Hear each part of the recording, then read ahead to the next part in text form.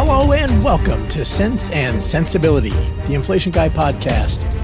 I am Michael Ashton. I am the Inflation Guy, and I am your host. And this episode of Sense and Sensibility is sponsored by Simplify ETFs, a fast-growing manager of liquid alternative ETFs. Simplify is bringing Wall Street to Main Street by providing access to institutional strategies perfect for diversifying your equity and bond portfolios previously only available to big institutions and the ultra-rich. Check out their website at simplify.us. That's simplify.us. And you can find their entire lineup of ETFs at simplify.us/ETFs. Now, this should be a relatively short podcast. You know, I don't usually do a CPI preview, and the reason is that my target audience for the podcast is not necessarily made up of inflation traders. There are some inflation traders who listen, but it's a pretty wide range of, investors, retail investors, normal people, professional investors. But for most people, and even most professional investors, understanding what happened after the fact when CPI comes out and why did CPI do what it did and what that implies for months or years from now in the future is a lot more important than anticipating the wiggles of whatever the subcomponents are doing of 1 month's data point. If you're a hair trigger, high twitch trader, then you do care about the CPI and specifically exactly what's about to happen. And but if you're an investor and not so much a trader, then honestly, any one CPI probably shouldn't really do a whole lot to you or for you. So that's the reason I don't generally do a preview. There are people out there who do previews. Lots of investment banks put out previews. I don't really feel the need to add to that. However, I'm pretty good at analyzing it. And next Tuesday after the number comes out, I will analyze it so you can tune back in. But there's an important inflection coming up that, and you're seeing some people talk about how inflation is going to start going back up. But you're not really hearing the real explanation as to why. And that's because, these people who will forecast the increase that we're about to see in inflation numbers, they sound as if they're kind of smart if they say, well, it's due to tariffs or some such, they have some story. But the reality is that the main optics part of what is about to happen is something that's been, in the market, at least for inflation people, for quite a while. And I want to give my listeners here some context about what is about to happen. So first of all, let's review what was happening basically a year ago. For the May, June, and July 2024 CPI figures that were released in June, July, and August. Okay, so headline CPI, seasonally adjusted for those 3 months, came out at 0, 0, and 0.1. So very low numbers. The core numbers were 0.14, 0.09, 0.19, a 3-month average on the core of about 1.7% annualized. So really, really great numbers. A lot of that at the time was core goods, especially used cars, which had spiked up during COVID and then didn't just level off, but actually prices for used cars came back down until it kind of reconverged with what had happened to the money supply growth over time. So prices are higher now for used cars than they were prior to COVID, but for a while they were 50% higher. Now they're only 25% higher, say, something like that. But so a lot of what was happening last summer was that used cars were in the process of finishing up their collapse. Rents had been decelerating, but not collapsing. And super core was kind of the fly in the ointment. It wasn't really going down. And at the time, what I was saying was, hey, it can't, if you want inflation to get back to 2%, it can't be all core goods because core goods oscillates. It was, decelerating at a pace we hadn't seen in a very, very decades. But you knew it was going to come back to flat at some point. Rents really needed to kind of get to, the 2s or 3s, or super core needed to aggressively improve, or you just can't get to the 2% target. And so that was the story. The year-on-year headline figure back then went from 3.4% in April, so headline inflation, to 3.3, 3.0, 2.9, 2.5 in August. So falling about 1% over a period of about 4 months. Okay, the headline figure. The year-on-year core figure went from 3.6 to 3.4, 3.3, 3.2. And then again 3.2 in August. Median was still kind of high, 4.55 in April, then 4.4, 4.2, 4.15, and 4.11 in August. So all the numbers were coming down.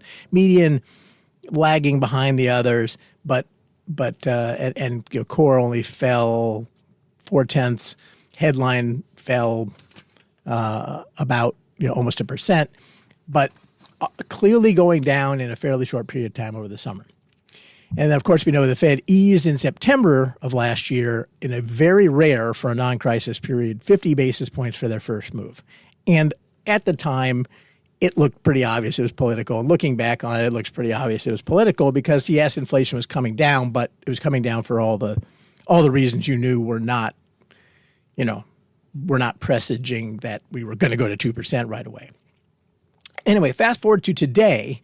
And today, after the last month's CPI number, headline year-on-year is 2.4%. Core is 2.8%. Both of those the core is the lowest since pre-COVID, although that has been steady over the last few months. Median is still at 3.45, also steady over the last few months. But all those are the lowest numbers we've seen in a while, but obviously not back at target yet. And people are talking about when the next ease will be coming. And here's the problem, because year-on-year inflation is going to rise from here. And it's not going to rise because of tariffs, although tariffs will contribute to the rise, but that's not the reason they're going to be going up. It's partly or significantly because of base effects. That 0.1 that I mentioned earlier on headline inflation from those 3 months last summer, they're not going to be repeated unless something really unexpected happens this summer. So the consensus for CPI next week is 0.3 month on month for the headline and 0.3 for core, which means headline is going to jump from 2.4% year on year to 2.7, and core inflation is going to go from 2.8 up to 3.0. And as I said, that's in a market, okay? So, economists are saying it, but it's been trading that way in the market for quite some time. There's a market for individual, not seasonally adjusted months called the reset market. It trades in the OTC inflation swap market. And it's pricing year-on-year inflation headline. Year-on-year headline inflation will rise to 2.7 this month, then 2.8, then 3.0, then 3.2, and 3.3% by November. So almost 1% acceleration from here in the year-on-year number. Just like last year, we had almost a 1% deceleration. Now we're having the 1% acceleration, and a core a little bit more than that. So core could actually approach 4% if the market's correctly anticipating what's going to happen. And obviously, there's a lot of things that go on around that. But again, at least a little bit of what is going on is that we had those weird one-off effects last year, like used cars, that have flattered the number and made inflation look lower than it really was for a year. But now they're dropping out. So we're going back to kind of where we would be absent crazy moves in used cars. And again, I think it is interesting to look at that symmetry that we went down 0.9 over 3 or 4 months, 5 or 6 months, or 5 months or something like that last year. And we're going to go up in terms of the year-on-year figure about 0.9 if the market's right over the next 4 or 5 months. And that's not by accident. That's because of what's dropping out. So the bottom line is that the best news on inflation for a while, at least in the year-on-year numbers, is behind us. Again, it's completely known in the inflation market. This is one of those things where someday if I'm asked to speak at my university, I want to speak about efficient markets and just, laugh for about 15 minutes that, the efficient markets hypothesis, the weakest form says that everything out there that's known is obviously priced into the market. The strongest form says that even stuff we don't know yet is already priced in the market. But the weakest form is like, look, I mean, if it's known, if it's public, then it's got to be priced into the market if the markets are efficient. And maybe for large cap equities that's true. But it's not true in a whole bunch of places, and this is one of the places where, look, this is priced in one area of the market. It's priced in the inflation market. The inflation market clearly knows this is going on. But I think you can make a pretty good case that if we suddenly start to see inflation accelerating, by 1% over the next 4 or 5 months, it's going to be really hard to argue that the Fed ought to be easing. And so why are we talking about the Fed easing? Even if they're kind of one-off effects. It's kind of moving us back to where it kind of should be. So ignore whether or not you think tariffs are going to have an effect. It's just going to be a difficult, optically to even think about easing. And the market's starting to price that. Do we really think equities at all-time highs are pricing in the fact that they're not going to get any following wind from the Fed for a while? I don't know that everybody is really pricing that in. I know certainly when I talk to people about this, they seem surprised, like they didn't know it. So they weren't necessarily factoring it in. Now, none of that means that inflation might not come in hotter or cooler or continue higher after that, or turn around and head due south after that, or anything like that. Okay, so what we think about the future trajectory of inflation will have a lot more to do with the internal dynamics of what's happening in the CPI number, and we're going to break that down on Tuesday after the release. There's no question that tariffs will eventually impact the figure. And the main questions about that are, main questions about tariffs are, as they have been for a while, how much, when, and for how long. And my best guesses are about 0.5% beginning in 2 or 3 months and smearing out over the next 12 to 18 months as importers try to suck up the immediate effect and then gradually bleed it into prices into a way that doesn't piss off the customer. By the way, it's that behavioral dynamic that I think economists have been really befuddled about. Everybody keeps wondering why the tariff effect hasn't shown up yet. And part of it is that tariffs have been delayed a couple of times, most of the tariff effects. But everybody's confused. Well, why isn't this showing up? And the answer is that in the economist model, what happens is tariffs go up today. The economist figures out when the goods are going to arrive that the tariffs will apply to, and then it should show up in CPI. But that's not the way this is going to go down. It's not the way it's happening out there, except when the importer thinks that he or she can score points by being messy about it. For most goods, especially ones with easy domestic substitutes, which is where the most effective tariffs are targeted, right? That's the point, is that we want to have domestic substitutes, produced locally. That's the whole point of tariffs. So for those goods, merchants are treating it kind of the way they treat most one-off price changes. Again, not all merchants, not all importers, but the testimony that we've seen, a lot of it is that they're trying hard not to implement the large price changes implied by the tariffs, in a way that will rattle their customers. That'll suddenly point out, oh, that must be an import because its price just jumped 10%. They're trying to slowly bleed it in, small changes here or there, hide it in other price changes and so on.